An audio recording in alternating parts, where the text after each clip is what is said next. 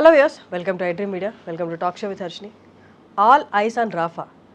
ఇప్పుడు మీరు Instagram open చేస్తే ప్రతి సెలబ్రిటీ ఇది షేర్ చేస్తున్నారు. అసలు ఆల్ ఐస్ ఆన్ రాఫా అనేది ఏంటి? చాలామందికి అసలు అవగాహన లేదు. ఎందుకంటే ఇది ఎప్పటి నుంచో జరుగుతున్న ఒక యుద్ధంలో పార్ట్ అనమాట.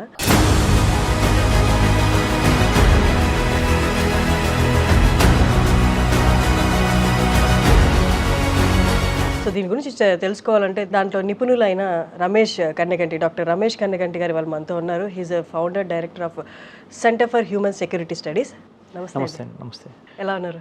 థ్యాంక్ యూ అండి. Thank you. Very important topic మీరు చూస్ చేసుకున్నారు. మీరు వచ్చారంటే అది ఖచ్చితంగా జనాలకి ఉపయోగపడే టాపిక్ అండ్ జనాలకి అవేర్నెస్ క్రియేట్ చేసే topic. As a said in my introduction, all ice and రాఫా అసలు ఏంటి సార్? ఇది దేనికి రిలేటెడ్? నాకు కొంత అవగాహన ఉంది, బట్ మన వ్యూవర్స్ కోసం చాలా మంది క్వశ్చన్ అది ఎంత ఫేమస్ అవుతుందో, పాపులర్ అవుతుందో, దాంతోపాటు క్వశ్చన్స్ కూడా అంతే పాపులర్ అవుతున్నాయి. అసలు ఏంటిది ఆల్ ఐస్ అండ్ రాఫా ఏంటది? ఒక్కసారి మీ మాటలు. Firstly I would like to thank you for choosing such an important topic అండి. ఆల్ ఐస్ ఆన్ రాఫా అనే టాపిక్ చాలా హృదయ విదారకరమైన పరిస్థితుల్లో మానవనీయ కోణం స్పృశించే విధంగా ఈ ఆల్ ఐస్ ఆన్ రాఫా అనే టాపిక్ ఉంటుంది. ఎందుకంటే పాలెస్టైన్ ఇజ్రాయెల్ మధ్య అక్టోబర్ 7, 2023 నుంచి జరుగుతున్న యుద్ధంలో ఇది ఒక అత్యంత కీలకమైన, అత్యంత ఇన్హ్యూమన్, ఒక రకంగా చెప్పాలంటే మానవత్వం లేని ఒక దశకి చేరుకున్న తరుణం ఇది. ముఖ్యంగా పాలెస్టైనా అనే ఒక ఏరియాలో గాజా అనే ఒక ఏరియా ఉంది. ఆ గాజా అనే ఏరియాలోనే మనకి రాఫా అనే ఒక పట్టణం ఉంది. ఆ రాఫా అనే పట్టణము మీద ఇజ్రాయెల్ ఒక 2 రోజుల క్రితము ఎయిర్ బాంబింగ్ జరిపినప్పుడు 2 టెర్రరిస్టులు అయితే చనిపోయారు, కానీ హమాస్కు చెందిన 2 టెర్రరిస్టులు, వాళ్ళతో పాటు ఒక 45 మంది చిన్నపిల్లలు, వృద్ధులు, ఎటువంటి పాపం పుణ్యం తెలియని వాళ్ళు కూడా ఆ బాంబింగ్లో చనిపోవడం జరిగింది. దాని మూలంగా ఆల్ ఐస్ ఆన్ రాఫా అనే ఒక హ్యాష్ ట్యాగ్తో ఒక global movement in condemning Israeli air strikes on Rafah. ముఖ్యంగా పైనుంచి బాంబు వేసినప్పుడు కింద ఆ బిల్డింగ్లో టెర్రరిస్టులు ఉన్నారా, పిల్లలు ఉన్నారా, క్షతగాత్రులు ఉన్నారా, అంటే people who are taking treatment ఎవరున్నారనేది తెలియకుండా పైనుంచి బాంబింగ్ జరిగినప్పుడు 2 పాలస్తీనియానికి సంబంధించిన హమాస్ టెర్రరిస్టులు చనిపోయినప్పటికీ 45 మంది సివిలియన్స్ కూడా చనిపోవడం జరిగింది. Israeli prime minister Benjamin Netanyahu ఓపెన్గా అపాలజీ ఇచ్చారు, అంటే క్షమాపణ కోరారు. అయినప్పటికీ పోయిన ప్రాణాలు రావు. సో దీన్ని ముఖ్యంగా మనం గమనించాల్సింది ఏంటంటే హర్షిని గారు, ఇంటర్నేషనల్ కోర్ట్ ఆఫ్ జస్టిస్, అంతర్జాతీయ న్యాయస్థానం, ఐక్యరాజ్య సమితిలో అది ఒక ఆర్గాన్, ఒక ఇంపార్టెంట్ ఇన్స్టిట్యూషన్, ఐసీజే అంటారు. International Court of Justice also చాలాసార్లు Israeli disproportionate use of influence on Palestine, especially on Gaza. పాలెస్తైనాలో ఒక ఏరియా గాజా. ఉదాహరణ, మన హైదరాబాద్ సిటీలో లెట్సే అమీర్పేట లాగా ఒక ఏరియా, అలానే పాలెస్తైనా దీంట్లో ఆ దేశానికి సంబంధించిన దాంట్లో గాజా అనే ఒక ఏరియా. ఆ గాజాలో రాఫా అనే ఇంకొక చిన్న స్మాల్ టౌన్ అనమాట. ఆ రాఫా మీద జరిగిన ఈ ఇజ్రాయలీ ఎయిర్ స్ట్రైక్ మూలాన ఈ డిజాస్టర్ జరిగింది. సో దీనికి ప్రతిగా ఇప్పుడు ప్రపంచ దేశాలన్నీ ముక్త కంఠంతో ఇజ్రాయెల్ని ఖండించడం జరిగింది.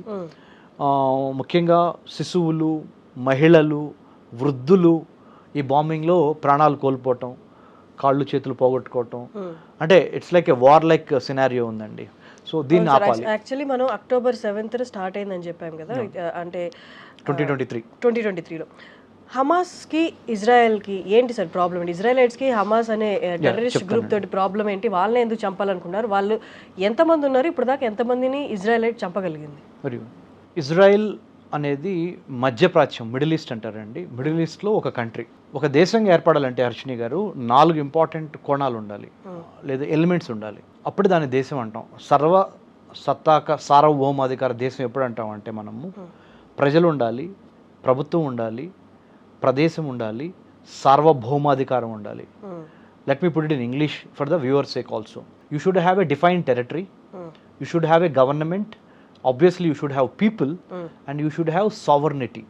సావర్నిటీ అంటే ఏంటంటే వేరే దేశాలతో యుద్ధం ప్రకటించాలన్నా, వేరే దేశాలతో శాంతి ఒప్పందాలు చేసుకోవాలన్నా స్వతంత్రమైన నిర్ణయాధికారం, అంటే unquestionable power over the citizens of that particular country.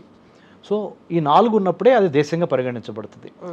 ప్యాలెస్తైనా విషయంలో, ఇజ్రాయెల్ పక్కనే ఉన్న ప్యాలెస్తైనా విషయంలో ప్రజలున్నారు, ప్యాలెస్తైనా అథారిటీ ప్రభుత్వం ఉంది, డిఫైన్డ్ టెరిటరీ అని చెప్పాను మీకు. రాజ్యంగా ఏర్పడాలంటే డిఫైన్డ్ టెరిటరీ ఉండాలి. అంటే ఈస్ట్ ఇంత, వెస్ట్ ఇంత, నార్త్ ఇంత, సౌత్ ఇంత. అప్పుడు మన ఇంటి చుట్టూ కొలతలు ఎట్లానో అలానే దేశానికి 4 వైపులా ఒక నిర్ణీత ప్రదేశం ఉండాలి. ఆ నిర్ణీత ప్రదేశం కోసం జరిగే గొడవే ఇజ్రాయెల్ ప్యాలెస్తైనా గొడవ. అందుకని ఇంకా ప్యాలెస్తైనా కంప్లీట్ దేశంగా అవతరించడానికి ఇంత టైం పట్టింది. ఇప్పుడు ఇన్ ద ప్రాసెస్ ప్యాలెస్తైనా the state in the making అంటారు ఆల్రెడీ. అంటే it has taken time. 1947 15th August భారతదేశానికి స్వతంత్రం వస్తే 1948 మే 14th ఇజ్రాయెల్కి ప్యాలెస్తైనా బ్రిటిష్ చెర నుంచి విముక్తి పొందింది. మనం ఎట్లయితే బ్రిటిష్ నుంచి విముక్తి పొంది ఇండియా పాకిస్తాన్గా ఏర్పడ్డామో 14th August Pakistan was born, 15th August India was born in 1947. We got independence, we fought against the British, right? Same way madam, ఆ ప్యాలెస్టైన్ ఏరియాలో మధ్యప్రాచ్యం, మిడిల్ ఈస్ట్ అంటాం, భారతదేశం వైపు నుంచి చూసినప్పుడు వెస్ట్ ఏషియా అంటాం, ఆసియాకి పశ్చిమాన ఉన్న ఈ ప్యాలెస్తైన్ ఏరియా, ఈ ఇజ్రాయెల్ రెండు ఎప్పుడు 1947 నుంచి ఇంకా ఇంతవరకు 2024 ఇవాళ మనం మాట్లాడుకుంటున్నాం ఐ డ్రీమ్లో May 30th 2024. ఇవాళ వరకు ఇప్పటికీ ఒక రగులుతున్న రావణ కాష్టం, అది యుద్ధం జరుగుతూనే ఉన్నది. ఎందుకు జరుగుతుంది అంటే నిర్ణీత ప్రదేశాలు కోసం జరుగుతుంది అనమాట. అంటే ప్యాలెస్టైనా దగ్గర ఉన్న గాజా స్ట్రిప్, ప్యాలెస్టైనా దగ్గర ఉన్న ఈస్ట్ జెరూసలము, గోలాన్ హైట్స్, సిరియాకి దగ్గరలో ప్యాలెస్టైనాకి ఉన్న గోలాన్ హైట్స్, అన్నిటికి మించి the status of Jerusalem. Jerusalem అనేది 3 పవిత్ర మతాలకి ఒక కేంద్ర బిందువు. Jerusalem is the AP centre for 3 major religions of the world. ఏంటంటే ఆ మేజర్ రిలిజియన్స్ జుడాయిజం, అంటే Jesus Christ was Born as a zoo. When he was crucified by Romans, then he had become the Christ, the Jesus Christ. Whoever believed in Jesus Christ started this Christianity, right? So originally speaking, Jesus Christ ఒక యూదు మతస్థుడు, ఒక యూదుల కడుపున పుట్టిన ఒక దేవుని కుమారుడిగా ఆయన ఇది ఉంది. సో జీసస్ క్రైస్ట్ యూదుడు, జూయిష్ అంటారు, లేదా జుడాయిజం, లైక్ మన హిందూయిజం లాగా Judaism, right? 5000 years of history Judaism has. Judaism, the birthplace is Israel.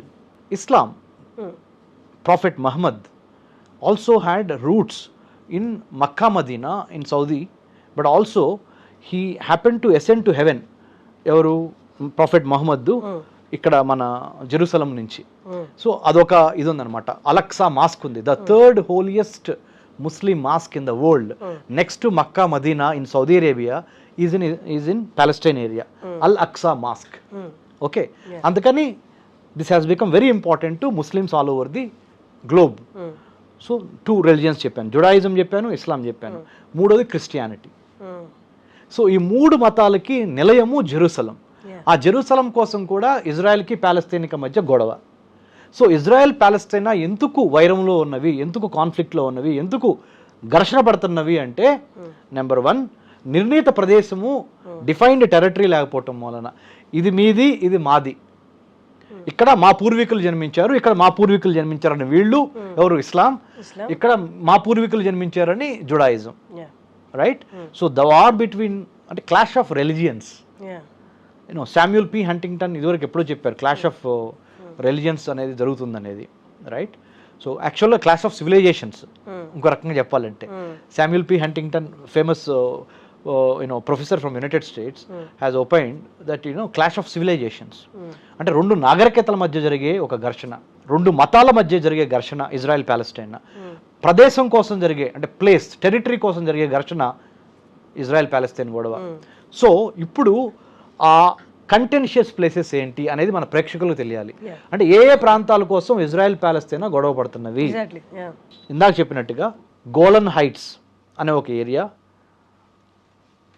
Jerusalem, ముఖ్యంగా eastern part of Jerusalem, Gaza strip, west bank, ఇవన్నీ కంటెన్షన్లో ఉన్న ఏరియాస్. ప్యాలెస్తైనా తన రాజ్యాన్ని ఏర్పరచుకోవటం కోసము వెస్ట్ బ్యాంక్ అనే ప్రాంతాన్ని, జెరూసలము, గాజా, ఇంక్లూడింగ్ గోలాన్ హైట్స్ అన్నీ కలుపుకొని ఒక ప్యాలెస్తీనా ఒక స్వతంత్ర దేశంగా ఆవిష్కరింపబడాలి అని వాళ్ళ యొక్క ఆకాంక్ష, ఆశ, పోరాటం. ఎవరిది? ప్యాలెస్తీనియన్ది. ఇంకో పక్కన ఇజ్రాయెల్ దీని వెనక ఒక చిన్న చరిత్ర ఉంది. ఐ డ్రీమ్ ప్రేక్షకులకు తెలియాలి ఇజ్రాయెల్ అనే దేశం యొక్క చరిత్ర ఏంటంటే, అడాల్ఫ్ హిట్లర్ రెండో ప్రపంచ యుద్ధ సమయంలో 1939-1945 మధ్య రెండో ప్రపంచ యుద్ధం జరిగింది. ఆ సమయంలో అడాల్ఫ్ హిట్లర్ నాజీ జర్మనీకి లీడర్గా ఉండి కొన్ని లక్షల మంది యూదుల్ని గ్యాస్ ఛాంబర్లో పెట్టి హోలోకాస్ట్ అనే ఒక విషప్రయోగం ద్వారా ఎన్నో వేల మంది Jewish people they lost their lives. దాని తర్వాత British ruling this Palestine area. So 1917 Balfour declaration అనే ఒక ఇంపార్టెంట్ డిక్లరేషన్ ద్వారా నెక్స్ట్గా British left Palestine area in 1947, Palestine on one side, Jewish people on the other side fought with each other. All the Arab countries in the vicinity, they actually attacked Israel. Israel retaliated. As a result, Israel won in 1948 and declared its state of Israel. The only Jewish state in the entire globe is called the state of Israel, was born in 1948, 14th May, right? So మరి Israel ఏర్పడింది కదా, మరి Palestinians చూస్తూ ఊరుకోలేరు కదా. Palestinians majority of them are Islamic by faith. ప్యాలెస్టైనియన్స్లో కొంతమంది Christians కూడా ఉన్నారు, మళ్ళీ అరబ్ క్రిస్టియన్స్ అంటారు వాళ్ళని. అరబ్ క్రిస్టియన్ అంటే ఆ ఏరియా మొత్తాన్ని lot of Arab influence. Arabic is the language that is spoken here. So Jewish people speak Hebrew. So it's Hebrew versus Arabic. It's Judaism versus Islam. It's the undefined territories, Golan Heights, Eastern Jerusalem, Gaza Strip, West Bank, వీటి కోసం జరిగే ఆధిపత్య పోరు versus Israel. So ప్రాంతానికి మధ్య, మతానికి మధ్య, విశ్వాసానికి మధ్య జరిగే ఒక అంతర్యుద్ధం ఈ ప్యాలెస్తైనా ఇజ్రాయెల్ యొక్క యుద్ధం. 1948 నుంచి ఈ రోజున as we are talking 30th May 2024 వరకు జరుగుతూనే ఉన్నది. As a student of international relations, ఒక అంతర్జాతీయ సంబంధాలు, స్ట్రాటజీ, సెక్యూరిటీ, డిఫెన్స్ మీద అనాలిసిస్ చేసే ఒక రీసెర్చ్ స్కాలర్గా, మూడో ప్రపంచ యుద్ధం అంటూ జరిగితే అది ఇజ్రాయెల్ ప్యాలెస్తైనా గొడవ మూలాన ఒక వైల్డ్ ఫైర్ లాగా it has the potential to engulf, spread like a wild fire to many countries. మూడో ప్రపంచ యుద్ధం అంటూ జరిగితే ఈ ఇజ్రాయెల్ ప్యాలెస్తైనా మధ్య గొడవ చిలికి గాలివానయ్యి దేశాలన్నీ విడిపోయి it will be pro Palestine, pro Israel. Hamas అనే ఒక terrorist organisation 7th October 2023 southern ఇజ్రాయెల్లోకి వచ్చి పార్టీ చేసుకుంటున్నా, అంటే ఆ రోజు వీకెండ్ అవటం మూలాన 7th October పార్టీ చేసుకుంటున్నారు స్టూడెంట్స్, యువత అందరు కలిసి. ఇది ఇజ్రాయలీస్ దక్షిణ ఇజ్రాయెల్లో ఒక ప్లేస్లో జమ్ముకూడి. అప్పుడు వీళ్ళు బోర్డర్ క్రాస్ చేసి, ఇజ్రాయలీ బోర్డర్ క్రాస్ చేసి, హమాస్ అనేవాళ్ళు గాజా ఏరియా నుంచి దక్షిణ ఇజ్రాయెల్లోకి వచ్చి, Palestine. So they had come into Israeli area and kidnap చేసి చాలా మంది ఇజ్రాయలీస్ని, చాలా మందిని అప్పటికప్పుడే షూట్ చేసేసి చంపేశారు. సో 1200 పైగా ఇప్పటికి ఇజ్రాయలీ వైపున చనిపోయారు. 7th October ఆల్మోస్ట్ అదే రోజునే ఒక 500-600 మంది చనిపోయారు. తర్వాత over a period of last 6-7 monthsలో ఇప్పుడు వరకు డెత్ కౌంట్ ఇజ్రాయలీ సైడు ఒక 1200 నుంచి 1400 మందికి వరకు ఉంది. దీనికి ప్రతీకారం తీర్చుకునే దిశగా ఇజ్రాయలీ ప్రభుత్వము, Israeli prime minister Benjamin Netanyahu, Bibi Netanyahu last ఈ యొక్క 5 months, ఆ యొక్క 3 months అనుకుందాము, లాస్ట్ 7 to 8 monthsలో 36,000 పైగా ప్యాలెస్టీనియన్లు ఇజ్రాయెల్కి ప్యాలెస్తీన్కి మధ్య జరిగిన గొడవలు ప్రాణాలు కోల్పోయారు. టెర్రరిస్టులు కాదు, టెర్రరిస్టులు కాదు, సివిలియన్స్ టెర్రరిస్టులు అందరూ కలిపి, సివిలియన్స్ టెర్రరిస్టులు కలిపి. మీరు అడగొచ్చు ఇందుట్లో హమాస్ టెర్రరిస్టులు ఎంతమంది కదా, మీరు వేసుకోండి, ఒక 2000 నుంచి 3000 వరకు మాత్రమే హమాస్ టెర్రరిస్టులు ప్రాణాలు కోల్పోయి ఉంటారు. మిగతా కోల్పోయిన వాళ్ళందరూ చాలా వరకు పాపం పుణ్యం జరిగిన అమాయకులే. So that is the saddest part. ఈ టెర్రరిస్టులు ఏం చేస్తున్నారంటే, so that's why all eyes on Rafah. All eyes on Rafah అనే topic, all eyes on Rafah అనేది ఇప్పుడు Rafah all eyes on Rafah అనేది ఎందుకు వచ్చిందంటే, ఈ మూమెంట్ మన మీటూ మూమెంట్ లాగా లేదా కాస్టింగ్ కౌచ్ లాగా ఈ Rapha, all eyes on Rafah అనేది ఆ హ్యాష్ ట్యాగ్ ఎందుకు వచ్చిందంటే, రాఫా మీద ఇజ్రాయెల్ అనే దేశము, అంటే పాలస్తీనాలో ఉన్న రాఫా మీద పక్కనున్న Israel disproportionate use of force ఉపయోగించడం మూలంగా కొలాటరల్ డ్యామేజ్ జరిగి, తెలుగులో చెప్పాలి అంటే టెర్రరిస్టులు, హమాస్ టెర్రరిస్టులు పాలస్తీనియన్లు ఉన్న ఏరియాలో, రాఫా అనే ఏరియాలో కొన్ని బిల్డింగ్స్లో తలదాచుకున్నారు. ఈ పాలస్తీనియన్ టెర్రరిస్ట్ హమాస్లను చంపటానికి ఇజ్రాయేలీ ప్రభుత్వము ఎయిర్ బాంబింగ్స్ చేసింది. ఆ ప్రక్రియలో టెర్రరిస్టులతో పాటుగా 2 టెర్రరిస్టులు చచ్చిపోతే, ఆ 2 టెర్రరిస్టులతో పాటుగా ఒక 45 మంది అమాయక ప్రాణాలు, ఏది పాలస్తీనియన్ల ప్రాణాలు కూడా గాల్లో కలిసిపోయినవి. సో ఇది చాలా దారుణము అని ఆల్ ఐస్ ఆన్ రాఫా అనే మూమెంట్ స్టార్ట్ అయింది ఇజ్రాయెల్కి వ్యతిరేకంగా. సార్, ఇన్ని నెలల నుంచి అక్కడ ఈ యుద్ధ వాతావరణం, యుద్ధం అయితే ఆల్మోస్ట్ జరుగుతుంది కదా సార్, కానీ పాలస్తీన్లో వాళ్ళు ఒక ప్రదేశం నుంచి ఇంకో ప్రదేశానికి తలదార్చుకోవటం కోసమే మారుతున్నారు, ప్లేసెస్ దాటి వెళ్ళిపోతూ ఉన్నారు. ఇంకా వాళ్ళకంటూ కెరియర్ లేదు, టెంట్లలో ఉంటున్నారు. ఇంకా అంటే పాలస్తీన్కి ఫ్యూచర్ లేదు, ఒక జనరేషన్ డార్క్ పీరియడ్ అన్నట్టుంది. Your right. ముఖ్యంగా పాలస్తీన్ ఏరియా మీకు చెప్పాను మేడం ఇందాక, గాజా స్ట్రిప్, వెస్ట్ బ్యాంకు, జెరూసలము ఇవన్నీ కలిపి ద పాలస్తీన్ ఏరియా అయితే ఏదో ఉందో, ఈ పాలస్తీన్ ఏరియాలో ఉన్న ప్రజలకి తిండి, బట్ట, నీరు, నిద్ర, విద్యుత్ శక్తి, ఉపాధి, వీటన్నిటికీ ఈ యుద్ధం మూలాన, గత 7-8 నెలల నుంచి జరుగుతున్న యుద్ధం మూలాన చాలా దెబ్బతిని, అంటే సగటు మానవుడు చూసి జాలిపడే విధంగా ఉంది పరిస్థితి అక్కడ. అంత అంటే హృదయ విదారకరంగా ఉన్నాయి బాంబింగ్స్ కానీ ఏదైనా కానీ. యాక్చువల్గా 2020 నుంచి మీరు చూస్తే ప్రపంచ చరిత్ర, ఫస్ట్ కరోనాతో ఇబ్బంది పడ్డాం. 2022 ఫిబ్రవరిలో రష్యా యుక్రెయిన్ మధ్య వార్ స్టార్ట్ అయింది, అది ఇప్పటికీ జరుగుతుంది. మళ్ళీ అది కొత్తగా మళ్ళీ 2023 7th అక్టోబర్న ఇజ్రాయెల్ పాలస్తీన్ మధ్య జరుగుతున్న గొడవ ఇప్పుడు స్టార్ట్ అయింది. సో మీరు గమనిస్తే లాస్ట్ 3 years 4 years 2020 నుంచి ఇవాళ వరకు చూస్తే లాస్ట్ 4 years ప్రపంచ చరిత్రలో లేనన్ని ఒకే రకమైన డిజాస్టర్స్. కొన్నేమో మనుషుల ద్వారా మ్యాన్మేడ్ డిజాస్టర్స్, కొన్నేమో I don't know whether we can call corona as a natural disaster or man-made disaster.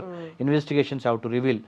To my knowledge and to my analysis, it is Chinese perpetrated thing, the corona thing. Anyway, let's not deviate. Straight away all eyes on Rafah కి సంబంధించి మీరు అడిగిన ప్రశ్నలో భాగంగా ఆ రాఫాలో ఉన్న పాలస్తీనియన్ని రక్షించుకోవటం కోసం ఇప్పుడు ప్రపంచ దేశాలన్నీ ఇజ్రాయెల్ దేశం మీద ఒత్తిడి తీసుకొస్తున్నాయి. మీరు దయచేసి ఆపేసేయండి, టెర్రరిస్టులను చంపాలనుకుంటే దానికి వేరే పద్ధతులు అవలంబించండి, అంతేగాని టెర్రరిస్టులను చంపే నేపథ్యంలో, టెర్రరిస్టులను చంపాలనే ఒక పరిణామ క్రమంలో వృద్ధులు, మహిళలు, శిశువులు, ఎవరి ప్రాణమైనా ప్రాణమే కదండి, అది వృద్ధుడైనా కానీ చిన్నపిల్లడైనా కానీ.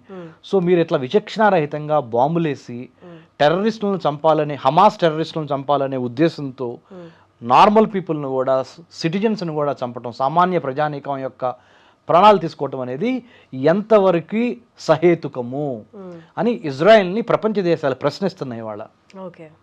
దాంట్లో భాగంగా ఇంటర్నేషనల్ కోర్ట్ ఆఫ్ జస్టిస్ కూడా ఇజ్రాయెల్కి వార్నింగ్ ఇచ్చింది, మీరు చాలా దుందుడుకు స్వభావంతో ఉన్నారు, తక్షణమే మీరు కబడ్దారని. అమెరికా యొక్క సపోర్టు ఒక పక్కన ఇజ్రాయెల్కి ఉంది. అమెరికన్ ప్రెసిడెంట్ జో బైడెన్ కూడా ఇజ్రాయలీ ప్రైమ్ మినిస్టర్ బెంజమిన్ నెతన్యాహుకి మీరు లక్ష్మణ రేఖ దాడుతున్నారు, పాలస్తీనియన్ల మీద మీరు విరుచుకుపడుతున్నారు, అంటే ఒక తప్పు చేస్తే మీరు మనిషినే చంపేస్తున్నారు, దానికి ఒక న్యాయం ఉంది, వ్యవస్థ ఉంది, ఒక రూల్ ఆఫ్ లా, సమన్యాయ పాలన ఉంది, ఒక జస్టిస్ ఉంది, ఒక క్రిమినల్ జస్టిస్ సిస్టమ్ ఉంది. So you have to investigate and then punish the guilty. We are not saying don't punish the guilty. That's what Americans are arguing with Israel. In fact, Israel and America are like very close. Even then, Israel is not listening to even the United States of America. The very closest friend of Israel is America. So Israel is not listening to even Americans. So forget about other countries telling Israel and listening. So ఇలాంటి సిచ్యువేషన్లో మనం మాట్లాడుకోవచ్చు ఒక అనాలిసిస్లో భాగంగా what next, ఏం చేస్తే ఈ మారణ హోమం ఆగుద్ది, ఇజ్రాయెల్ని ఎలా ఆపాలి, అలాని తప్పంతా ఇజ్రాయెల్దే అని అంటారా అన్నప్పుడు కొన్ని పొరపాట్లు ఈ హమాస్ వైపు నుంచి కూడా జరుగుతున్నాయి, అంటే పాలస్తీన్ వైపు నుంచి కూడా. హమాస్ టెర్రరిస్టులు దే నో వెరీ వెల్, వాళ్ళకి తెలుసు ఇజ్రాయెల్ని గనక ఒక ఇజ్రాయెలీని చంపితే 100 మంది ప్యాలస్తీన్లను పొట్టన పెట్టుకుంటారు అని ఈ హమాస్ టెర్రరిస్టులకు తెలుసు. ఇది ప్యాలస్తీన్లోనే వీళ్ళు దాక్కుంటున్నారు హమాస్ వాళ్ళు. సో తెలిసి హమాస్ టెర్రరిస్టులు కావాలని ఇజ్రాయెల్ని రెచ్చగొడుతున్నారు అనే ఒక నేపథ్యం కూడా స్టార్ట్ చేసింది. అంటే October 7th కన్సిడర్ చేస్తే అబ్సల్యూట్లీ October 7th అసలు స్టార్ట్ చేసిందే ఈ హమాస్ టెర్రరిస్టులు. సో ఇది అంతా రిటాలియేషన్. ఇప్పుడు Israel, that's what Israel is arguing. మేము మా పని చేసుకుంటే వెళ్ళిపోతున్నాము, మీ హమాస్ టెర్రరిస్టులు వచ్చి 1200 మందిని పొట్టన పెట్టుకున్నారు 7th October 2023న ఇజ్రాయలీ దక్షిణ ప్రాంతంలోకి, ఇజ్రాయలీ బోర్డర్ని పగలగొట్టి లోపలికి వచ్చి కిడ్నాపులు చేసి, నిన్నగాక మొన్న 15 రోజుల క్రితం కూడా 3 శవాలు దొరికినాయి. ఇది కిడ్నాప్ కాబడిన ఇజ్రాయెలీ శవాలు ఎక్కడ ప్యాలెస్తైన్ ఏరియాలో. సో దాన్ని మేము ఆపుకోవడానికి as a sovereign state we have all the right to defend our country. మా జన్మభూమిని మేము కాపాడుకోవడం కోసం మాకు అన్ని హక్కులు ఉన్నాయని ఇజ్రాయెల్ అంటుంది. But at the same time Israel also should maintain restraint, not to kill innocent Palestinians, innocent civilians, innocent old age people in Palestine. Exactly. No, Israel has all the right to catch, to nab terrorists, to kill, neutralize. But ఆ పేరుతో మీరు ఒక Israeli చచ్చిపోతే మీరు 100 మంది ప్యాలెస్తీన్లను చంపుతా, అలా ఈ మారణ హోమం ఎప్పుడు ఆగాను? So that is what all eyes on Rafah. So thank you so much Ramesh గారు, వచ్చి మా వ్యూవర్స్ అందరికీ ఇంత చక్కగా ఎక్స్ప్లెయిన్ చేసినందుకు థ్యాంక్ యూ సో మచ్. మీరు వచ్చిన ప్రతిసారి అందరికీ ఉపయోగపడే కాన్సెప్ట్తోనే మాట్లాడతాం. అలాగే ఇంకా ముందు కూడా నెక్స్ట్ కూడా మంచి టాపిక్స్తో మళ్ళీ కలుద్దాం. Thank you so much. Thank you అండి.